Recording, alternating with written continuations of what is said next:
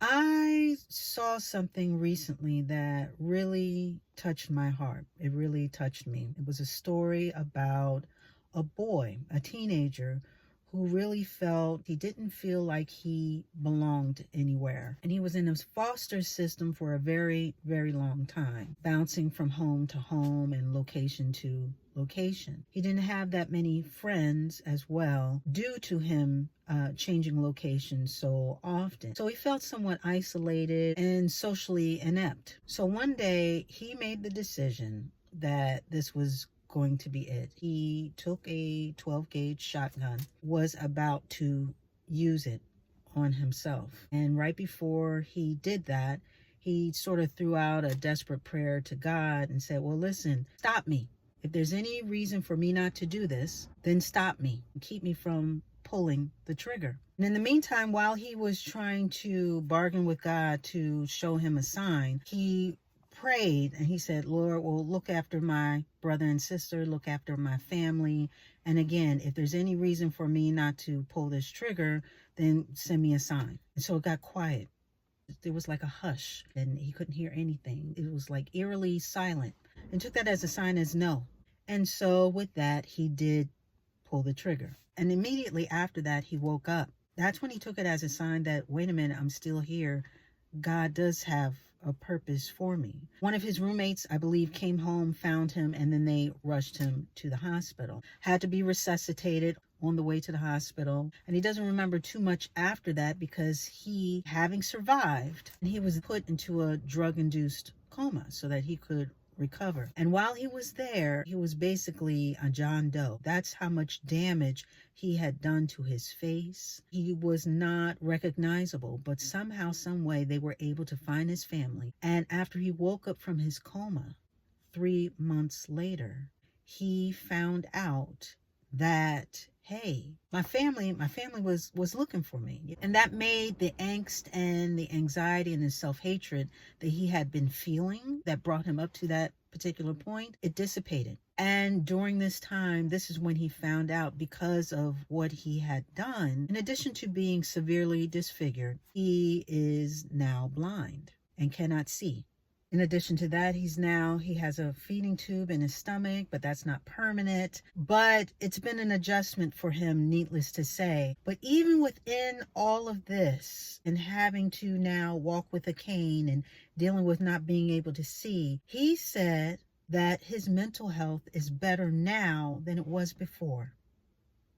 Wow, because he said within this whole scenario, even though he still gets down from time to time, he knows that there's a reason behind all of this. And now that he's seen the other side of life, the other side of being close to death, the other side of what was and what is now, he can appreciate and he can change his perspective. And he said that he can still see himself. When he sleeps, he dreams of himself being his former self, where he could see himself and see himself how he used to be. And when he wakes up in his darkness, it doesn't get him down. It's not a thing of, oh, woe is me, but this is how it is right now.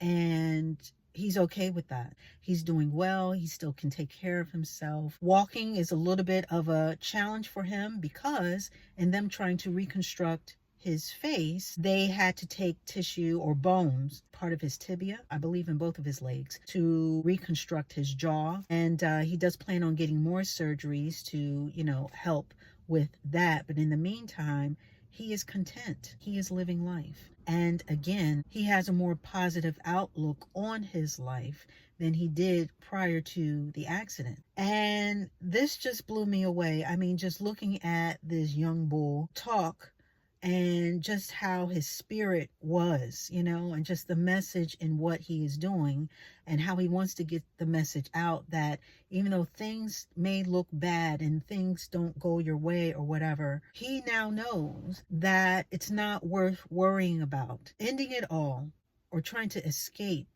whatever you feel, whatever you're thinking, whatever you're going through. That's not the answer. It's really not. If you want to make a change in your life, then make a change for the better and make a decision that nothing in your life will get you down. And that's how he feels, that no matter what, even through his dark days now, it's not as dark as they used to be. And that he is making a conscious choice every day that nothing will get him down. And when I heard this, when I heard him talk like this, it just touched me. I'm hearing the conviction in his voice and just how he has changed, how he's talking about the transformation that he made. And I'm not talking about the physical change, but along with the physical change, the emotional change that he went through and how he had to go through the physical change to get to this healthy emotional state.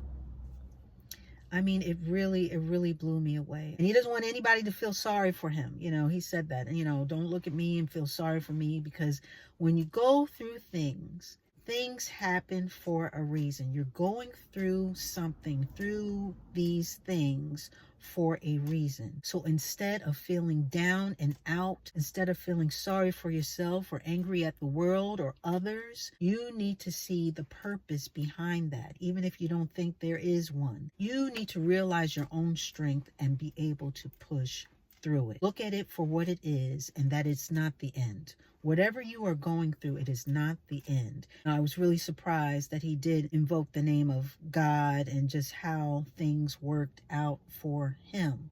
Isn't that something? I mean, he basically had to lose his vision, go blind and lose his vision to really see the beauty in himself.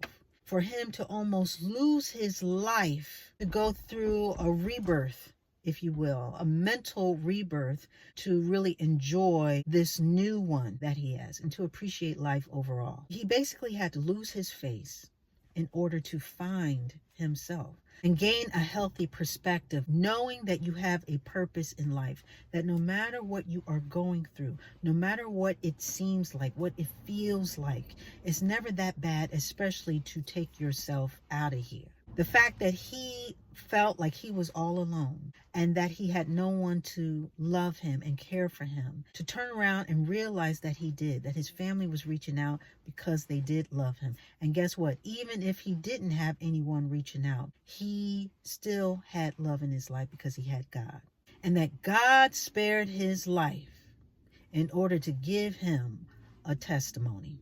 Again, this blew my mind, and it just touched my heart, and I just pray that he lives the best life and really takes this testimony to the fullest. And I hope it reaches a lot of people, because I know a lot of us, we're going through a lot of things, and your mind can play tricks on you, you know what I mean? And the devil is busy. The devil is busy trying to plant seeds of doubt and worry and unworthiness. And we ourselves, we water those seeds with our own insecurities and listening to these voices in our heads telling us that we're not worthy of this and we're socially inept and therefore our life has no meaning and we're not cool enough, we're not smart enough, we're not worth being here. But I'm here to tell you today, you are worth the fight, worth the struggle to gain a happy life. And when I say happy life, I don't mean just physically. I'm not talking about, all the baubles and the bits and the thises and the that's. I'm talking about living a healthy spiritual, mental, and physical life, because that's what God has intended for all of us.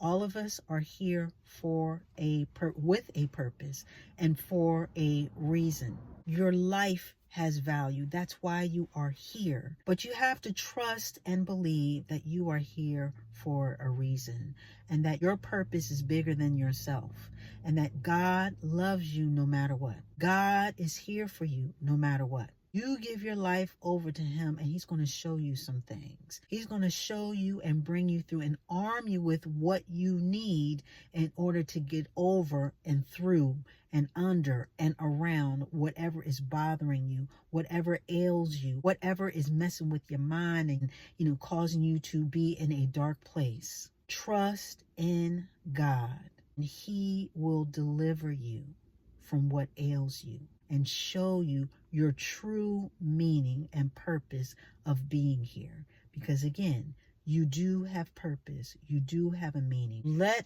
God use you. Trust the process and know that there is a reason and a season for everything in your life. But at the end of the day, you're going to be okay. You are going to be okay. And with that, we are going to put a button on it.